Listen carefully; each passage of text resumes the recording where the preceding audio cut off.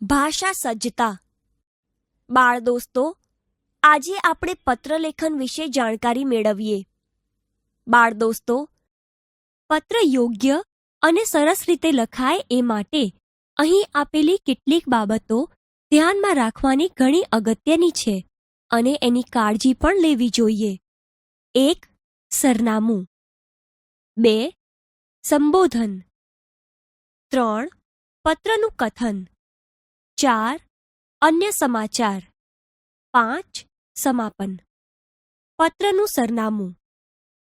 પત્ર લખનારે પોતાનું સરનામું હંમેશા પત્રના મથાળે જમણી બાજુ લખવું જોઈએ અને તેની નીચે જે દિવસે પત્ર લખો તે દિવસની તારીખ લખવી જોઈએ.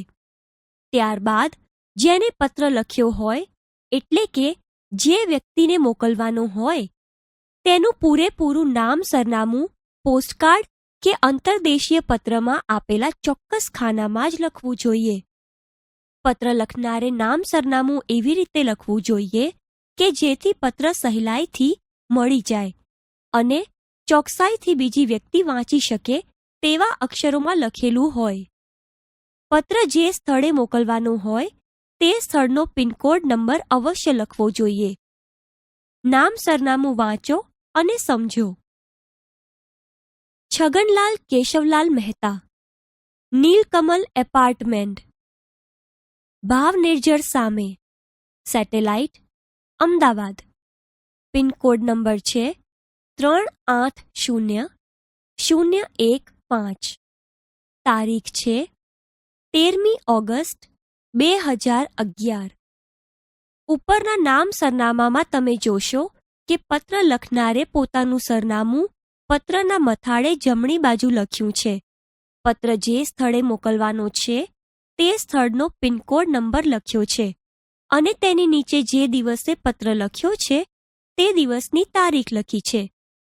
ઉપરના સરનામામાં તમે જે પિનકોડ નંબર જોયો તેમાં પ્રથમ આંક 3 બતાવે છે કે પત્ર ગુજરાતમાં મોકલવાનો છે અને તે પછી 80નો આંક ગુજરાતનો વિસ્તાર સૂચવે છે, કેમ કે આખા ભારતને 1 થી 9ના આંકડામાં વહેંચી દેવાયું છે.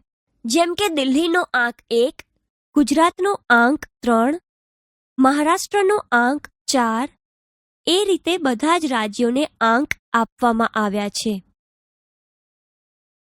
સંબોધન. જે વ્યક્તિને પત્ર લખવાનો છે તેની સાથે આપણો સંબંધ કેવો છે તે બાબત આપણે સંબોધનથી દર્શાવીએ છીએ.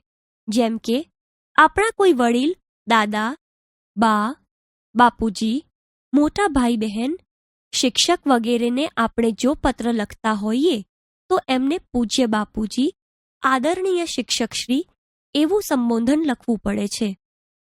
આપણાથી સરખી ઉંમરના ભાઈ બહેન કે મિત્રો હોય તો તેને પ્રિય ભાઈ, પ્રિય મિત્ર, વહાલી બહેન કે વહાલા ભાઈ એવું સંબોધન લખવું પડે છે.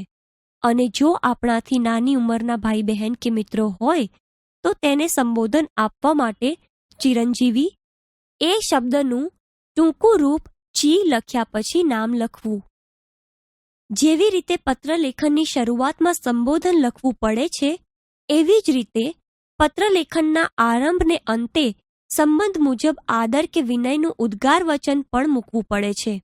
જેમ કે વડીલો હોય તો પ્રણામ કે વંદન, સમાન ઉંમરના ભાઈ બહેન કે મિત્રો હોય તો યાદ, શુભેચ્છા, સ્મરણ, ઉદ્ગાર વચન લખાય છે. જ્યારે નાની ઉંમરના ભાઈ બહેન કે મિત્રો હોય તો આશીર્વાદ કે આશીષ આપતા હોય એમ ઉદ્ગાર વચન લખાય છે. અહીં વાંચી જુઓ. પૂજ્ય બાપુજી, સાદર નમસ્કાર. પત્રનું કથન.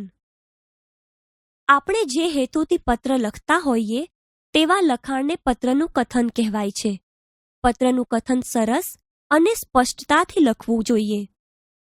પત્રમાં જે કંઈ વિગતો લખી હોય તે બધી યોગ્ય ક્રમમાં લખેલી હોવી જોઈએ. દરેક નવી બાબત નવા ફકરા રૂપે લખવી જોઈએ. અંગત પત્ર માત્ર માહિતી પૂરતો ન હોવો જોઈએ. આપણે સામેની વ્યક્તિ સાથે જાણે નિકટતાથી વાત કરતા હોઈએ એવી રીતે પત્ર લખવો જોઈએ. પત્ર લખતી વખતે એવા યોગ્ય શબ્દો કે વાક્યો પસંદ કરવા જોઈએ કે જેથી આપણા ભાવો રજૂ થઈ શકે. અહીં વાંચી જુઓ. તમારો પત્ર મળ્યો, ખુશીના સમાચાર જાણ્યા, આનંદ થયો. સ્નેહા અને સરિતા ગરબા હરીફાઈમાં પ્રથમ આવ્યા છે. એ જાણતા મારું હૃદય આનંદથી ભર્યું ભર્યું બની ગયું. પપ્પા, તમે લખ્યું હતું કે પરીક્ષા પૂરી થતાં તું વહેલો ઘેર આવી જજે. પરંતુ અમારી શાળામાંથી ઉનાળાની રજાઓમાં મહારાષ્ટ્રના પ્રવાસે જવાનું આયોજન થયું છે અને ત્યાં જોવાલાયક સ્થળો પણ ઘણા છે. ખાસ કરીને અજંટા ઇલોરાની ગુફાઓ જોવાની મારી મહેચ્છા છે. તમે જાણો છો કે આવી તક જીવનમાં વારંવાર મળતી નથી. અન્ય સમાચાર વિશે માહિતી. આપણે જે હેતુથી પત્ર લખ્યો હોય તે લખાણ પત્રના કથનમાં પ્રથમ ફકરા રૂપે લખાય છે. એ સિવાયની કોઈ અન્ય વિશેષ સમાચાર કે વધારાની વિગત જો લખવાની હોય તો તે નવા ફકરા સ્વરૂપે જ લખવી જોઈએ. અહીં વાંચી જુઓ. અમારો આ પ્રવાસ 15 દિવસનો છે અને અમારી સાથે શાળાના આચાર્યશ્રી તથા સાહેબો પણ આવવાના છે. પ્રવાસનો ખર્ચ ₹3000 થાય તેમ છે. જો તમે મને રજા આપશો તો હું મારું નામ પ્રવાસ જવાની યાદીમાં નોંધાવીશ.